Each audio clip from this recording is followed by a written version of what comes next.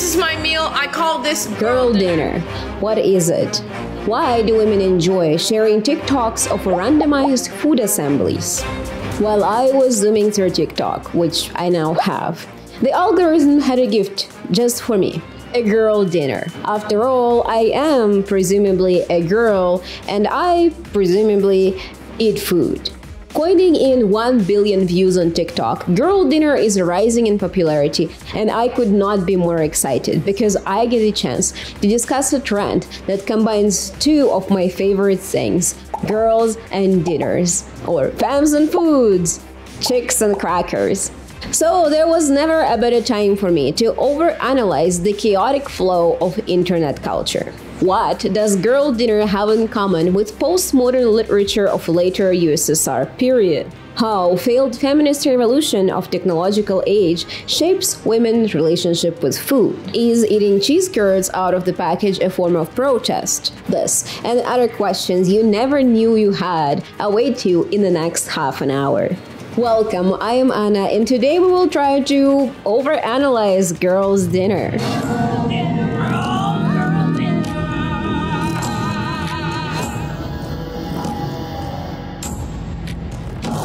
So, if you are just as unaware of girls' dinner as I was a month ago, let me recap you. Women are posting online what can be best described as assembly of food. Affected population seems to be women between their late teens to late 30s. There is a struggle to define what is girl dinner. On one margin of content ocean, girl dinner is adopted by bougie content creators who create $200 charcuterie boards and call it girl dinner. On the other side, you have a section of food disorder content that suggests that a bowl of ice, or a sugar-free Red Bull, or a single boiled egg can be considered girl dinner.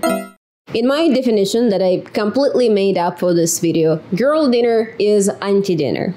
Yes, I know, negative definitions, but do I look like I care? To understand anti-dinner, we first need to understand what is a dinner itself. Dinner is not just a food on a plate. It is a ritual. Setting of the table, who is at the table, where the meal takes place, and what is done during the dinner are all essential parts of a meal. So, of course, girl dinner is a negative of that. Dinner is eaten off a plate. Girl dinner is eaten out of a package. Dinner is eaten at a table. Girl dinner is eaten at the counter. Dinner requires a prepared dish. Girl dinner is made out of ingredients thrown together, and so on. The main audience that posts and enjoys girl dinner are younger women, millennials and some Gen Zs, women that are working, usually heterosexual and gender confirming.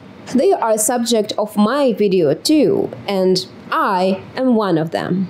I am obviously not the first one to discuss girl dinner, and assuming I wrote this script about a month ago before I released this video, far more girl dinner content will be posted online by the time I release this video. Two notable videos to this point are Rowan Ellis, who discussed girl dinner through the frame of infantilization and queerness, and Mina's video on girliness as a cultural phenomenon and its aesthetics, something that I admire but certainly lack. The point of this video, though, is not to find a definition of a girl dinner, nor it is to draw a specific conclusion about the health aspects of a meal made of cheese and crackers.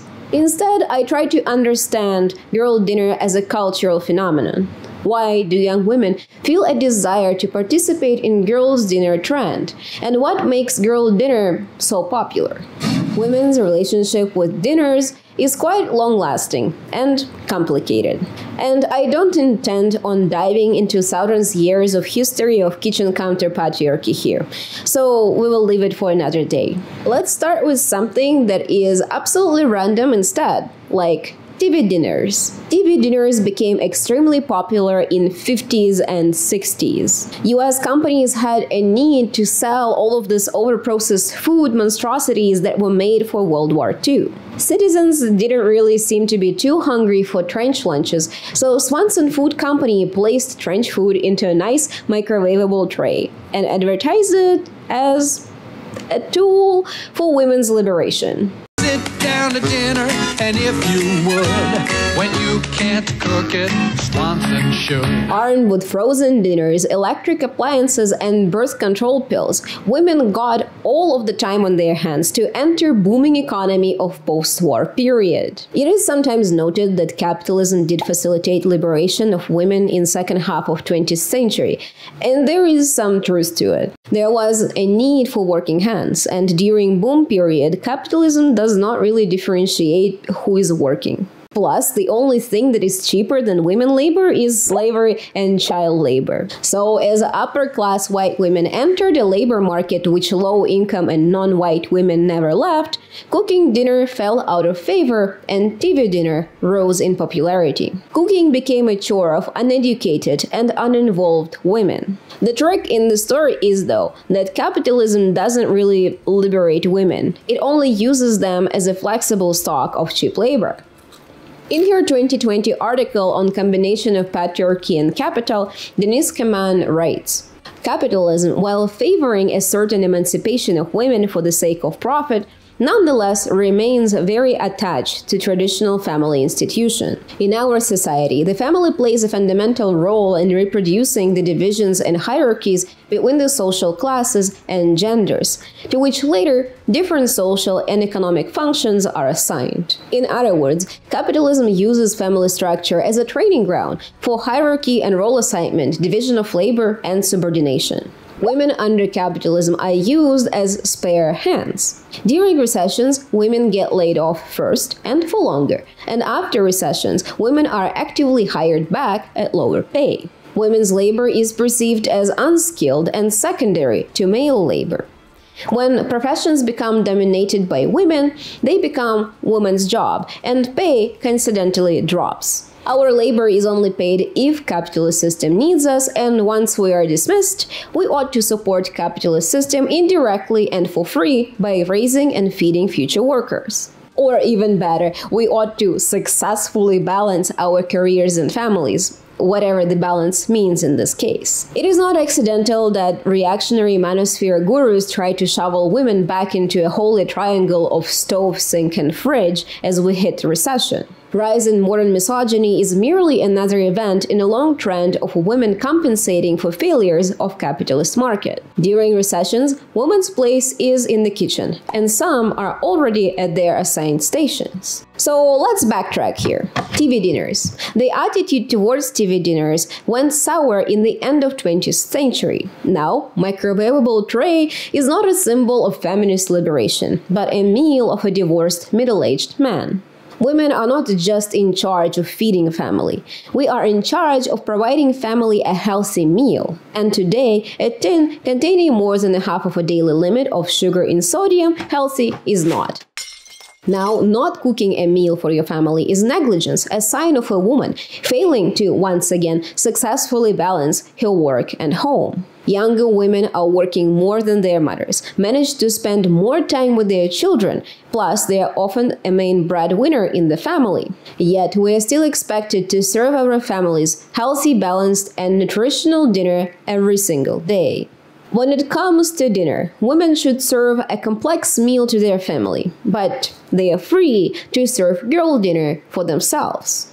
In the words of Rebecca Liu, who said it better than I ever would, young millennial women, pretty, white, cisgender, and tortured enough to be interesting but not enough to be repulsive. Her life is fraught with so much drama, self-loathing, and downward mobility that she forgets about it, just as we're meant to. Try as she might, her protest against the world always reroutes into melancholic self-destruction. There is something special about young women, especially Western women who sit between their 20s and 40s. Women born in 80s and onwards share a different perception of the world as opposed to previous generations. Born after second and sometimes third wave of feminist movements, these women know that they have equal right for political representation, property, liberty, work, and education. These are the first generations of women that, at least on some papers, were equal to their male counterparts. as women were gaining more rights. 90s knocked on the door, and internet connected feminist spaces across the boards. Riot Girl movement was reclaiming women's place in underground music. Seemingly nothing could stop the girls from finally taking on the world. Except that was an illusion. Instead of culture that accepted women as people equal to men and valued us as such, we got neoliberal post-feminism, a recession in women's rights with a sprinkle of girl boss advertising. We got a right to choose to have body autonomy. We got a choice of plastic surgeries to keep our bodies and faces conventionally desirable. And we have a choice between selection of progressive social media hashtags. After all, women can vote and work now. Wow, girls, we solved patriarchy. Thank you for watching. See you on the next video. Goodbye. But so, what will it be today? Girl boss, girl dinner, or a hot girl summer?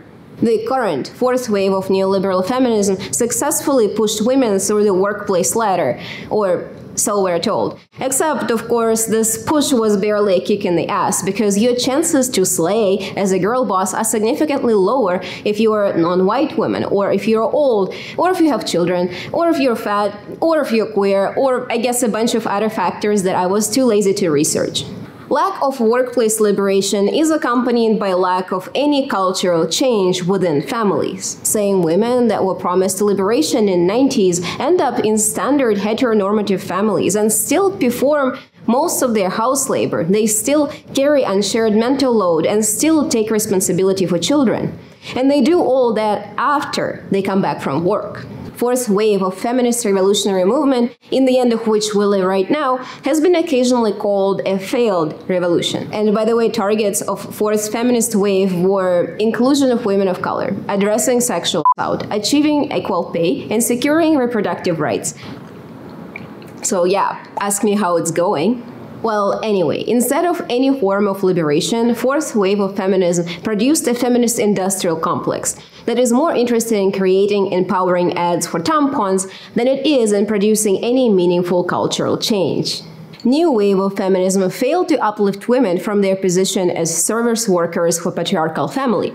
Instead, it turned women into service workers for capitalism. Women never really left the kitchen when they entered the workforce. We still carry the mark of naturally caring service machine. Except, in the past, women were claimed to be naturally fit to take care of barely functional newborn after 30 hours of excruciating labor, and now we are naturally fit to organize staff parties and throw unnecessary data reports for which we will not be awarded any credit. I guess you can call this progress. Hey, but let's not get too negative over here. I am not here to villainize dinners, women, or kitchens, or cooking. And with all that conversation surrounding girl dinner, I believe that I'm one of the people who really doesn't see any problem with the food itself when it comes to girl dinner. Of course, eating noodles with American cheese is not good for your health, but you also aren't gonna die from an occasional meal made out of fridge scraps. I think there is already too much food police on the internet, so really, the last thing I want to do is overanalyze the nutritional value of leftover trail mix combined with salami. Plus, the kitchen is an escape. For women, it is a traditionally safe space where we are not exposed to patriarchal control over our conversations, thoughts, and actions. Except, of course, for that part where women-only space, such as kitchen itself, is created by forces of patriarchy itself.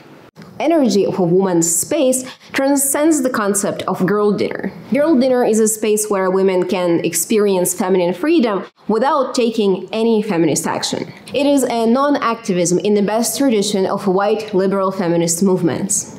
Girl dinner is liberating in its feeling and in its message, but nobody gets hurt at girls' dinner. So, since we are in the middle of the video and you may be getting bored, let's talk about an absolutely random book that you never heard about and will most likely never read. Moscow to the End of the Line. In this book, main character travels from Moscow to the town on the outskirts by train. In his journey, he talks to angels, confesses his sins to his fellow travelers, and gets profusely drunk. This is a postmodern pseudo-autobiography, meaning that main character is also the author, but the story is fictional in nature. Now, niche novels are not exactly the topic that you would expect in a video about a girl dinner, but don't worry, we're still very much on track. Moscow to the End of the Line is an extremely absurd novel, but it explores two large issues of USSR politics of the 60s. First, anti-religious political repressions, and second, expression of personal freedom under oppressive political regime. For the sake of this video, we will concentrate only on the part about the expression of freedom under oppressive political regime. For the whole story, main character leaves the main cabin and goes to empty passenger corridor, where he drinks anything that he can find and discusses his own true feelings towards religion, ethics, personal freedom, and political oppression. Structure of a novel itself portrays phenomenon that is otherwise present in many other art forms. This is a freedom of a person in confined and isolated place. Main character is not free in the middle of an open red square. He is not free to express his ideas in passenger cabin or at work or at the train station. Character is only free to express himself whenever he is completely alone in isolated and narrow train corridor, and no one can see or hear him except the angels that he is hallucinating as he is continuing to getting progressively more drunk. This confined area provides main character with absolute freedom to express his thoughts and ideas. He confesses his deepest frustrations and feelings without a fear that someone will punish him for his beliefs. Away from anyone, alone, and in the closet, he is acting as if he is absolutely free. Something is to be said here about the girl dinner as an expression of woman's freedom. She is free to be blissful, careless, and herself when she is in her own house or even in her kitchen, serving wine and crackers to nobody but herself. We can only truly be free and express our feelings in the solitude of a small, confined space of a kitchen. Girl dinner is so popular because it allows us to share a brief, harmless and playful snapshot of a liberated woman, a woman's true face with her own self. Young women are faced with an ever-growing wave of economic crises that prevent them, well, us, from becoming proper adults and fulfilling the expectation that is traditionally placed on adult women. In return, modern women maintain a facade of proper womanhood to adhere to traditional view within patriarchal structure.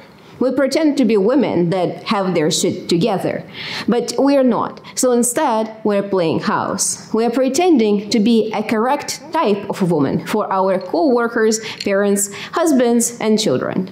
In the end, women are left with no place where they can fully express their frustrations with toll they carry. They have no space where our complaints or concerns will be taken seriously. Girl dinner posts are sincere in their intent to show a glimpse into the life of a modern woman's life. But they are also ironic, as we get to see that facade of a modern girl boss housewife is hanging on a scotch tape. Exploration of women's freedom in confined space is found across media and art. Shadi Gadrian's photography series Kajar remains one of my favorites to this day. Works of Gadarian had been criticized for being too blunt, as her photography directly contrapositions the patriarchal past of Iran with unstoppable pressure of progressive modernity. Yet, women dressed in burqas, holding mirror to display stuffed shelves of the library, at least to me, is also capturing an existing freedom of women. Freedom that transcends any clothing, occupation, or confinement that can be created by patriarchy to lock women away. Freedom that Iranian women, of course, understand very well. Works of Gadarian show that on the inside, women are still not tamed by society around them, that we still have an inner urge to break out of the structures that oppress us. Women like girl dinner. Girl dinner is a relatable experience that every woman understands when she sees one. It is an expression of tired woman who feels joy in simple act of not caring. But the trick is, she is caring for everyone except for herself. Of course, girl dinner is accompanied by its counterpart of a boy dinner that can't be avoided, thus has to be overanalyzed too. See, boys, and you thought you were safe over here, but no man is safe on this channel. So guys, boys, what if I tell you that the fact that men are left to grow up so dysfunctional that they are unable to feed themselves without the help of a woman is not fun and quirky? It is sad. Sorry, boys, but capitalism uses patriarchy to pitch men against each other in a senseless battle royale of masculinity, where a winner gets some monopoly coupons and a stroke. What every woman can recognize in girl dinner trend and what brings it to popularity is the shared outlook of young women, a hashtag activism of sorts. This is a trend that gives women permission to share that they are not obligated to care. Young women are facing second wave of recession, second wave of layoffs, rise in misogyny, and overall loss to women's rights. Due to unstable state of society and environment, women are unable to provide stable future for their children, or choose not to have children at all due to these factors. Not to be a pessimist over here, but things are not okay. And yet we are forced to act as if the world is not on fire. Despite any political and social unrest, patriarchal norms still place an expectation on women to adhere to our role in patriarchal family structure as a main caregiver, and in the workplace as a main support character. And well, in the end, if the only thing that you can control is what you serve yourself for dinner, enjoy this freedom time by the best of your ability. You may as well post it on TikTok. If anything, it is beneficial to show everyone that women that hold the world together survive on cupboard forgery. So, a couple of years ago, I went to a therapist who asked me exactly the same question about the freedom in confined space, if you want. She asked me, Anna, why do you only enjoy yourself when there is nobody around you? Don't you feel like you take too much responsibility for adults who happen to surround you and thus cause yourself misery? And at that time, the answer was, of course, yes. I did try to constantly maintain an outlook of a prepper member of society, a radical in recovery of sorts. And well, I don't view myself as severely oppressed by any means. Actually, I have a very progressive family who is extremely supportive of most obscure of my decisions, like starting a YouTube channel. I am young, white, married, educated, I have a mortgage, a student loan, and 3 cats, all attributes of a successful woman of a late capitalism. Yet, it always felt to me like the more I get my life together, the more my life falls apart, and often due to factors which are beyond my control or predate my life by hundreds of years, or affect other women too, often to a more severe extent. So I do feel for girls' dinner, and I do have girls' dinner every once in a while, because who gets time to cook when the planet is on fire and you have to be back to work in under 12 hours? I know that a lot of the time women eat snacks for dinner because in a balance between time, money, and having a break simply wins, and this is an absolutely fine choice. So, returning to therapy visits, let me ask you one question. Femmes, what is the worst thing that will happen if you don't cook the dinner? For most of us, a lot of our expectations that are set on us by patriarchy are only having that much toll because we internalize this misogyny. One of the first ways to liberate women is to unlearn the misogyny ourselves, and to help other women unlearn their internalized fears. We need to try to break the endless cycle of elder women teaching younger women how to become comfort women for patriarchy, and provide support for fellow adult women who are trying to fight for their freedom within their own household. It is an unfortunate reality of our life that previous waves of feminism failed to address women's position in their home, and thus ultimately failed to liberate women. Patriarchal family pitches woman against the people that are the most dear to her, as if our well-being is supposed to stand in opposition to our families, as if our position of subordinates is a price to pay for a happy family. It is now far easier to change the job and find a place that will pay you equally than to change your own family, or to confront misogyny that was internalized by yourself or by people that you love and care about. In addition, woman's struggle in her own home has historically been excluded from overall revolutionary struggle. In the words of Alice Nutter, housework has been tagged personal politics. Personal, like middle class, is just another way of saying irrelevant to overall struggle. Class war has always understood that politics is about improving the day-to-day realities of our life. Unfortunately, that understanding does not seem to extend to women. Too often, issues are prioritized on the grounds of whether or not they make men feel heroic. Rioting does. Shopping doesn't. Washing up just doesn't get the adrenaline going. Ask any woman. If it would be easy to dismantle patriarchy in the kitchen, old white ladies would do that together with gaining voter rights. But they didn't. And no other waves of feminist or social movements dared to liberate women from their position at their own homes. So the struggle falls on modern and future feminist movements. Every woman who ever faced a challenge with misogynistic behavior or any form of violence within her family knows how hard it can be to prioritize our own well-being. It is very hard. The price of women's liberty is immense, and we're alone in this struggle. There is still a lot of work to be done to liberate women. And the challenges that women face at home for many are far greater than those that they face in their workplaces. And overall, I do hope that one day there is a world where women do not feel that they are breaking social norm by eating snacks. I hope one day women do not feel like rebels for prioritizing their own well-being. Because despite the cost of women's freedom, women deserve to be treated well, especially to be treated well by our own selves and by our families. So as for treating yourself well, I have an announcement. For the last year, I tried to adhere to a strict schedule of posting once a week and later twice a month. Goal of that was to see if I can consistently produce videos, but also to push myself to learn some basic video making skills.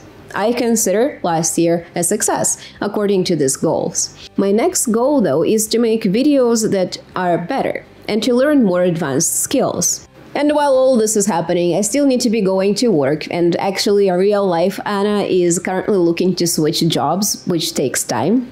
This means that after this video, you will see my face less often, roughly once a month, but videos will be longer, better, and hopefully I can premiere some of them. All that should also give me time to address my general well-being, because in truth, I had quite too many girls' dinner since I started this channel. And so for all of my older subscribers who left me a comment or engaged with me since last year, I thank you sincerely and I thank you very much. I hope you will stick for the future. And for everyone who is new, if you like this video, this is a perfect time to subscribe and ring the bell if you want to keep up with new unstructured release schedule. I hope you're going to love what's coming next, because I'm certainly hyped for doing some larger projects which I had in mind but never got time to work on. If you feel like you want to watch more video about girls, check out this video at the top, and if you want to see the video about dinners, check out this one at the bottom. Thank you for watching, and see you on the next one.